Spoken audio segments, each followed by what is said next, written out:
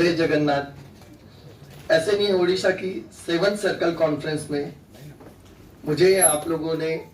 बाबा महाकाल की भूमि मध्य प्रदेश, माँ अहिल्या की भूमि मध्य प्रदेश से आज भगवान जगन्नाथ जी की भूमि पे आने का सौभाग्य दिया। उस सब के लिए आप सबको बहुत बहुत हृदय से आभार।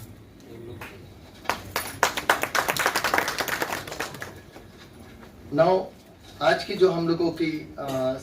सर्कल कॉन्फ्रेंस है उसके मंच पे उपस्थित हमारे आज सर्कल प्रेसिडेंट ओडिशा श्री गोलक चरण साहू सर, हमारे आज के chief guest CGM Odisha Shri Rudra Narayan Palai sir, हमारे बीच में उपस्थित सीनियर जीएम एचआर और एडमिन श्री प्रसन्नता कुमार महापात्रा सर, हम सभी के चहेते और dynamic general secretary MS Atul sir, हम सबके बीच में उपस्थित असिस्टेंट जनरल सेक्रेटरी और यंग ब्रिगेड हमारे श्री निरंजन साहू जी, हमारे dynamic circle secretary Shri Jagdish Rout ji, हम सबके बीच में उपस्थित सर्कल ट्रेजरर श्री विजय के मोहराना जी, हमारे बीच में उपस्थित PGM EB Shri Behera sir, हम लोगों के बीच में उपस्थित सभी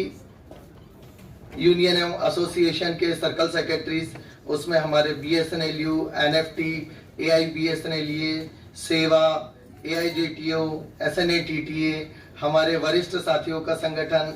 संचार निगम पेंशन वेलफेयर एसोसिएशन, सभी मेरे वरिष्ठ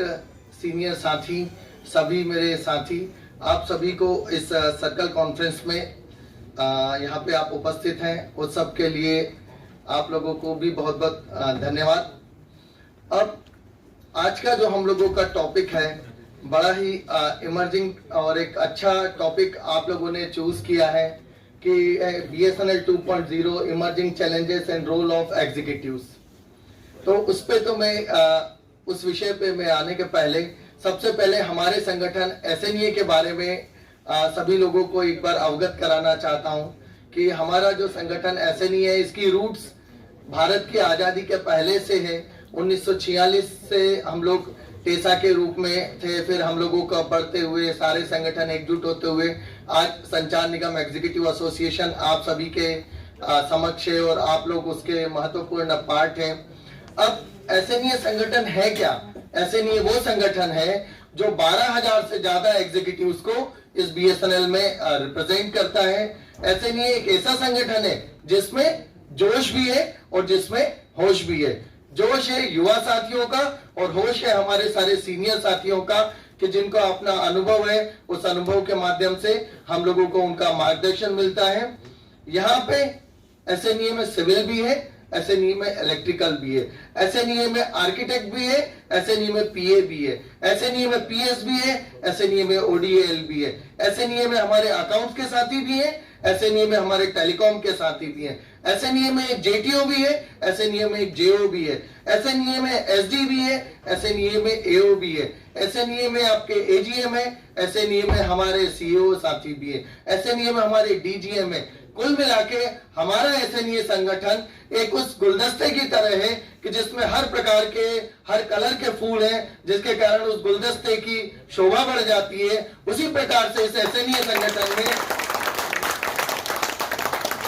इतने सारे सभी हमारे साथियों का समुच्चय है कि जो पूरे ओवरऑल बीएसएनएल को और एक तरीके से हम लोग बोले पूरे भारत के लोगों का प्रतिनिधित्व करता है। तो ऐसे सारे मेरे संगठन के साथियों जिनकी उपस्थिति यहाँ पे है, उन सबको मेरा नमन। अब एसएनईए संगठन सिर्फ नाम के लिए एक संगठन नहीं है, ये एक ऐसा संगठन है जो बीएसएनएल और बीएसएनएल के कर्मचारियों के हितों की सुरक्षा के लिए प्रतिबद्ध है। आप लोगों ने देखा है कि जब हम लोगों का गवर्नमेंट ने 3G का लाइसेंस बीएसएनएल को दिया था और लगभग 18,000 करोड़ रुपए बीएसएनएल से डिडक्ट कर लिए थे आपके 3G और बीडब्ल्यूएस स्पेक्ट्रम के नाम पे। फिर कुछ प्राइवेट ऑपरेटर्स ने एक कार्टेल किया, उन लोगों ने एक गठबंधन बना लिया और इंटर सर्कल रोमिंग का एक काम किया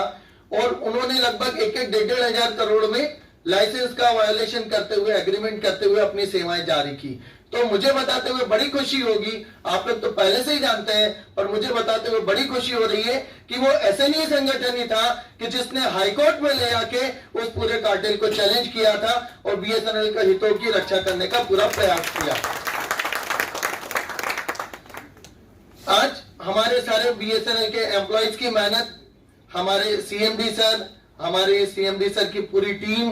और आप लोगों की सभी के मेहनत के दम पे हम लोगों को बीएसएनएल में अभी तक 2 रिवाइवल पैकेज मिल गए हैं। आज हम लोगों को बताते हुए बड़ी खुशी हो रही है कि थोड़ा समय जरूर लगा, पर हमारा बीएसएनएल देश के स्वदेशी 4G टेक्नोलॉजी के माध्यम से 4G की सर्विसेज स्टार्ट करने जा रहा है और वो सर्विसेज 5G पे भी अपग्रेड होने जा रही है। हम लोगों ने वो दौर भी देखा है कि पिछले 2 साल की में अगर हम फ्लैशबैक में जाते हैं तो हम लोगों ने देखा कि हमारे 80,000 साथियों को वीआरएस लेना पड़ा, सैलरी भी हम लोगों की कहीं डिले हो रही थी और कहीं ना कहीं बीएसएनएल को स्प्लिट करने की बात आ रही थी। पर आज 2 साल में आप लोगों की मेहनत में, आप लोगों के सभी के सहयोग से, हमारे जो एडमिनिस्ट्रेशन है उन सभी के सहयोग से आज हमारा बीएसएनएल वापिस से ऊंचाई की ओर अग्रसर है। और न केवल बीएसएनएल अपने आप को आगे बढ़ा रहा है, गवर्नमेंट की डिपेंडेंस भी बीएसएनएल पे बढ़ती जा रही है। आज बीबीएनएल भी बीएसएनएल के पास आ रहा है, आज एमटीएनएल भी बीएसएनएल के पास में आ रहा है। आज गांव-गांव में जो फाइबर कनेक्शन करने के लिए हम लोगों को भारत उद्यमी स्कीम से, उसको भी पूरा बीएसएनएल आगे बढ़ा रहा है। जो 4G सैचुरेशन है, जहां पे आज तक ग्रामीण क्षेत्र में कहीं पे भी मोबाइल की सर्विसेज नहीं है, वहां पे भी 4G सैचुरेशन के माध्यम से बीएसएनएल अपनी सेवाएं देने जा रहा है। तो यही मेरा कहना है कि जो भी बीएसएनएल में आया, मेरा मानना है कि जो भी बीएसएनएल में आया है तो उसमें चैलेंज फेस करने की क्षमता थी, तभी भगवान जगन्नाथ जी ने और भगवान ने उनको बीएसएनएल में मौका दिया है। और बीएसएनएल में कई चैलेंजेस हैं। अभी हम लोगों ने देखा कि हम लोगों का, अगर हम लोग चैलेंजेस की बात करें तो लेक ऑफ रिसोर्सेस है, लेक ऑफ फंड है। आफ्टर बीआरएस 80,000 साथियों की जो कमी हुई, उनका भी जो काम है वो भी आप लोग हैंडल कर रहे हैं, वो भी अपने आप में एक चैलेंज है। जो वेंडर्स है, वेंडर्स का पेमेंट किस तरीके से हो रहा है, जो क्लस्टर टेंडर्स हुए हैं, उस क्लस्टर टेंडर के साथ में आप किस तरीके से काम कर रहे हैं, वो भी अपने आप में एक चैलेंज है। अब भारत उद्यमी, ये 4G सैचुरेशन जो हमारे डीप रूरल एरिया के क्षेत्र है, वहां पे आप लोग अपनी सर्विसेज देने जा रहे हैं, वो भी अपने आप में एक बहुत बड़ा चैलेंज है। यहाँ पे अल्टीमेट एम हम लोगों का है कि इन सारी सर्विसेज के माध्यम से हम लोग रेवेन्यू अर्न करें। उस रेवेन्यू के माध्यम से हम लोग, हमारे जो सारे साथी हैं, हमारे जो बीएसएनएल के कर्मचारी हैं, एम्प्लॉइज हैं, उनकी सारी जो डिमांड्स है, उनके हितों की रक्षा कर पाए, वो भी अपने आप में चैलेंजेस। अब एम्प्लॉय की चैलेंजेस की अगर हम लोग बात करें, हमारे बीच में आदरणीय सीजीएम सर भी है, हमारे बीच में जीएम एचआर एडमिन भी है। तो जो एम्प्लॉइज की चैलेंज की बात करें तो बिना पीआरसी के काम करना अपने आप में एक चैलेंज है, बिना प्रमोशन के काम करना वो भी अपने आप में चैलेंज है। क्योंकि प्रमोशन हो सकता है कि कोई फाइनेंशियल बेनिफिट नहीं दे, पर मोटिवेशन मिलता है, तो वो बिना मोटिवेशन के काम करना अपने आप में चैलेंज है। जो हमारे युवा साथी हैं, जो 2007-8 के जेटीओ हैं, जो हमारे JE2 जेटीओ प्रमोट हुए साथी है, जेओ प्रमोट साथी है, वो 14,000 से 17,000 रुपए हर महीने सैलरी कम ले रहे हैं। उस कम सैलरी के साथ में काम करना भी अपने आप में एक चैलेंज है। हमारे जो स्टैंडर्ड पे स्केल E2 E3 है, वो अभी तक इंप्लीमेंट नहीं हुए, बिना उनके काम करना वो अपने आप में चैलेंज है। इस 4G सैचुरेशन के लिए जो प्रोजेक्ट्स में हम लोग काम कर रहे हैं, या आज की डेट में भी जो हमारे TAD है, अनडिवाइस है, लगभग 150 रुपए में किसी एक होटल को सर्च करना, वो भी अपने आप में एक चैलेंज है। बिना व्हीकल के, अपना खुद का पर्सनल व्हीकल यूज करके हमारे विभाग की सेवाएं देना। जो बैटरियां हम लोगों की है, उनकी कंडीशन क्या है, बैटरियों की जो दिन में अभी हम लोग देखते हैं कि बैटरियां, जैसे अभी हम लोगों के डिस्कशन में आए कि कहीं बैटरियां चोरी हो रही है, उसको किस तरीके से मैनेज करना, वो अपने आप में चैलेंजेस है। पावर प्लांट को मैनेज करना, वो अपने आप में चैलेंजेस है। तो डे टू डे बीएसएनएल में चैलेंज की कोई कमी नहीं है। हमने देखा है कि इसी देश में कई विदेशी कंपनी आई जिनके पास पैसे की कोई कमी नहीं थी। गवर्नमेंट ने 74 से 100% FDI उनके लिए अलाउ किया। वो इस देश में आई, उन्होंने अपना काम किया और जिस तरीके से आई थी उसी भाव के साथ में वो वापस चली गई। उनके पास पैसे की कमी नहीं थी, उनके पास में सपोर्ट की कमी नहीं थी, पर उनके पास में जिस चीज की कमी थी वो देशभक्ति की कमी थी, पूरे भारत के नागरिकों को सेवा देने की कमी थी। उनका उद्देश्य सिर्फ और सिर्फ प्रॉफिट कमाना था। पर मेरे बीएसएनएल का हर एक कर्मचारी और अधिकारी सिर्फ प्रॉफिट कमाने के लिए यहाँ नहीं है, वो देश सेवा के लिए, देश के नागरिकों की सेवाओं के लिए है, और उसके मन में ये भावनाएं कूट कूट के भरी हुई है। तो उसके कारण हमारा बीएसएनएल का आज भी एग्जिस्टेंस है और आगे भी हमारे बीएसएनएल का एग्जिस्टेंस बना रहेगा, इसका पूरा पूरा मुझे विश्वास है। अब हमारे साथियों की कर्मठता की अगर हम लोग बात करें तो आप लोगों के बीच में, आप लोगों के सबके बीच में मौजूद है हमारे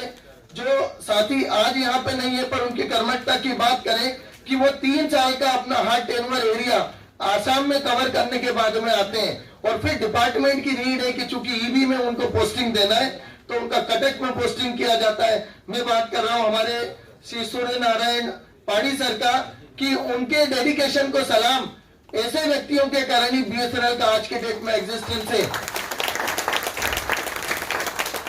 अगर वो अपने राइट के लिए करते कि नियमानुसार तो 3 साल के बाद में मैंने हार्ड टेनवर एरिया कवर कर लिया है, मेरी चॉइस पोस्टिंग का मुझे हक है और मुझे चॉइस पोस्टिंग मिलना ही चाहिए, और उनके जज्बे को सलाम कि उन्होंने बीएसएनएल को आगे बढ़ाने के लिए जो भी प्रशासन ने उस समय की जो भी स्थिति रहेगी उनको कटक की जवाबदारी दी, और उस जवाबदारी को पूरा करते हुए उन्होंने अपना एक पैर गंवा दिया। आज हम लोग उनसे मिलने गए थे तो हमें बताते हुए बड़ा गर्व हो रहा है कि जब हम उनसे मिलने गए तो शुरू के 10 मिनट उन्होंने सिर्फ बीएसएनएल और ईबी के बारे में बात की, खुद की जो शारीरिक स्थिति है उसके बारे में उन्होंने बात नहीं की। तो ऐसे हैं हमारे कर्मचारी, ऐसे हैं हमारे अधिकारी, उनके जज्बे के कारण आज हमारा बीएसएनएल इस मुकाम पे है। हमारा संगठन ऐसे नियम में ऐसे जुझारू साथी मौजूद है, तो उन सभी को भी मेरा नमन है। अब हम लोग बात करें यहाँ पे कि ये सारे जो चैलेंजेस हैं इसके बीच में हम लोगों को बीएसएनएल को आगे लेके जाना है। अभी हमारे सामने चैलेंजेस की बात करें तो जो 4G सैचुरेशन प्रोजेक्ट्स हैं उन प्रोजेक्ट्स को अच्छे से इंप्लीमेंट करना है। हमारे भारत उद्यमी स्कीम जो चल रही है, गांव-गांव में हम लोगों को हमारे जो इंटरनेट की कनेक्टिविटी है वो प्रदान करना है। जो 4G जिसको पूरे वर्ल्ड में सिर्फ 4 कंट्रीज हैं जिनके पास में अपना खुद का 4G टेक्नोलॉजीज है, हमें बड़ी खुशी है कि भारत उसमें एक है, और स्वदेशी तकनीक पे सबसे पहले 4G को सफल करना भी अपने आप में एक सबसे बड़ा चैलेंज है। लगभग 1 लाख BTS के करीब अभी हम लोगों के 4G पे अपग्रेड होने वाले, उनको समय पे उपलब्ध कराना, उनको समय पे इंस्टॉल करना और सारी सर्विसेज सुचारू करना अपने आप में चैलेंज है। तो मेरा यहाँ पे इस मंच के माध्यम से हमारे बीच में आदरणीय CGM सर भी हैं, GM HR सर भी हैं, EB भी टीम है, सारे यूनियन एवं एसोसिएशन के वरिष्ठ हमारे नेतागण भी यहाँ पे मौजूद है। मेरा इस मंच के माध्यम से CGM सर से और आप सबसे अनुरोध है कि जो भी कर्मचारियों के इश्यूज हैं, सर बहुत ज्यादा बड़े बड़े इश्यूज नहीं है, अगर कुछ छोटी छोटी बातों पे भी अगर ध्यान दिया जाए तो हम लोग कर्मचारी को मोटिवेट कर सकते हैं। हम लोग कर्मचारियों को आज है GTI का पैसा अपनी जेब से भरना पड़ रहा है, मेडिक्लेम का पैसा अपनी जेब से भरना पड़ रहा है, ठीक है आप कुछ समय के बाद में ही सही पर उसको बीएसएनएल से रिम्बर्स कराने की कोशिश कीजिए। तो सबसे बड़ी बात है कि आज के डेट में सभी कर्मचारी जो है, हमारे अधिकारी जो भी हैं, अपना जो वर्तमान उनका डेजिग्नेशन है उससे हायर स्केल ले रहे हैं। आप उनको ज्यादा पैसा दे रहे हैं, आप उनसे हायर पोस्ट का काम भी करा रहे हैं लुक आफ्टर के माध्यम से। JTO, SDO, JO, AO को तो आपने एक पूल में भी डाल दिया है कि आप दोनों के वर्क को भी इंटरचेंज कर सकते हैं। तो जब आप ज्यादा पैसा दे रहे हैं, जब आप उनसे हायर रिस्पॉन्सिबिलिटी का काम भी करा रहे हैं और वो भी अच्छे से उसको पूरा कर रहे हैं, तो उनको रेगुलर प्रमोशन देने में जो भी दिक्कत आ रही है उस हर्डल को दूर करने के लिए आप लोगों का भी आपकी तरफ से सुझाव जाना चाहिए।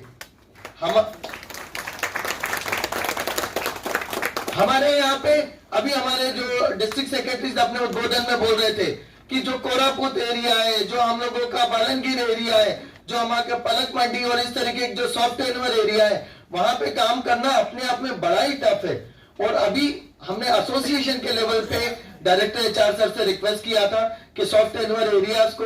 और वहां पे काम करने वाले साथियों की समस्या को ध्यान में रखते हुए कुछ बदलाव करने की आवश्यकता है। अभी हायर मैनेजमेंट ने उसके लिए आप लोगों से सुझाव मांगे। मेरा आप लोगों से विनम्र अनुरोध है कि आप इस तरीके से सुझाव दीजिए कि हमारे साथियों को अगर वो सॉफ्टवेयर जाते हैं तो फिर से सर्कल ब्रेक का फैसिलिटी स्टार्ट हो, और भी जो दुर्गम क्षेत्र है जहां पे हमारे कर्मचारियों को काम करने में समस्याएं आ रही है तो वहां पे उन एरियाज को सॉफ्टवेयर एरिया डिक्लेयर किया जाए। तो इन्हीं सभी चीजों को, ये तो हम लोगों की समस्याएं, पर मैं पुनः ऐसे नहीं है, इस संगठन के माध्यम से हमारे CGM सर, GMHR सर और जितने भी हमारे साथी हैं, हम सब आपको ये भरोसा दिलाते हैं कि जब भी BSNL के अग्रणी रखने में किसी भी काम के लिए आपको इस SNEA संगठन की आवश्यकता लगेगी तो हमारे सारे साथी ऑलरेडी फील्ड में सारा काम BSNL को आगे बढ़ाने के लिए ऑलरेडी कर रहे हैं और भविष्य में जब भी आपको कोई भी आवश्यकता लगती है सर तो मुझे पूरा भरोसा है कि मेरा एक एक साथी उस काम को करने में अग्रणी भूमिका निभाएगा। तो यही मैं आप लोगों को विश्वास दिलाता हूं और इसी के साथ में इस सर्कल कॉन्फ्रेंस के सफल होने की बहुत बहुत शुभकामनाएं। BSNL जिंदाबाद,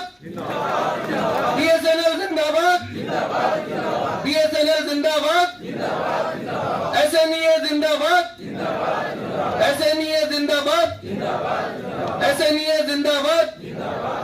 धन्यवाद आप सभी को। जय जगन्नाथ।